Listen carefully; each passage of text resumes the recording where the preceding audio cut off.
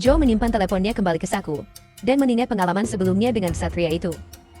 Dia ingat bahwa dalam permainan sebelumnya, ksatria kerangka itu kuat tetapi memiliki titik buta yang bisa diserang di dekat kuda kerangkanya. Selama mereka memanfaatkan itu sepenuhnya, mereka pasti akan selamat. Saat dia berjalan, dia melihat puing-puing, tanda jelas bahwa para mereka pasti berada di dekat sini. Setelah berjalan sebentar, dia akhirnya menemukan mereka.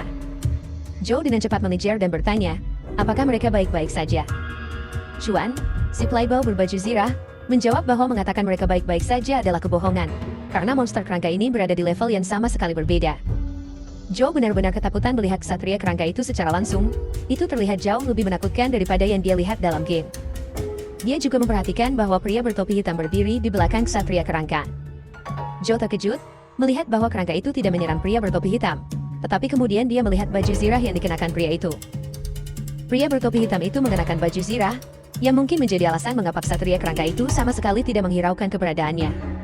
Ngomong-ngomong, pria bertopi hitam ini adalah Jungi, dan Joe merasa sangat khawatir karena saudara Xuan pasti sangat kaya untuk bisa melengkapi Jungi dengan begitu banyak makhluk level legendaris.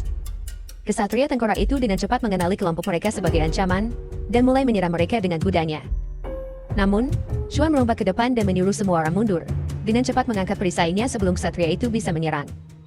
Ketika serangan mereka bertabrakan, terjadi ledakan kekuatan yang mengiring gelombang kejut begitu intens, hingga pria yang berdiri di sebelah Joe terlempar seperti nyamuk yang terkena kipas angin, tapi jatuh seperti nangka busuk.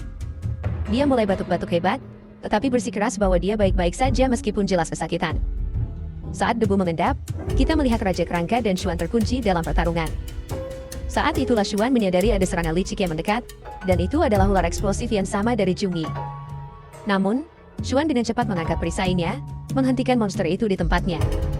Jungi menarik kembali ularnya dan mulai tersenyum gila, mengatakan bahwa dia bersemangat untuk melihat bagaimana Xuan akan menghadapi kedua ancaman sekaligus. Sementara ksatria kerangka terus berusaha menjatuhkan Xuan, Jungi yang sombong itu juga menyerangnya, membuat situasi semakin buruk bagi Xuan. Baju zirahnya mulai retak di bawah serangan yang tak henti-hentinya, dan tampaknya dia sedang mengalami masa sulit. Joe kemudian bertanya kepada Xuan, berapa lama waktu yang dibutuhkannya untuk mengalahkan Jungi, jika Joe mengalihkan perhatian Raja Kerangka untuk sementara waktu. Xuan dengan bangga mengklaim bahwa itu tidak akan memakan waktu lebih dari 2 menit, dan dia sangat yakin akan hal itu. Di sisi lain, anak buah Xuan hanya tertawa dalam hati. Dia yakin bahwa Joe hanya level mortal, jadi tidak mungkin dia bisa bertahan dari serangan ksatria kerangka. Itu hampir seperti seorang yang ingin mati.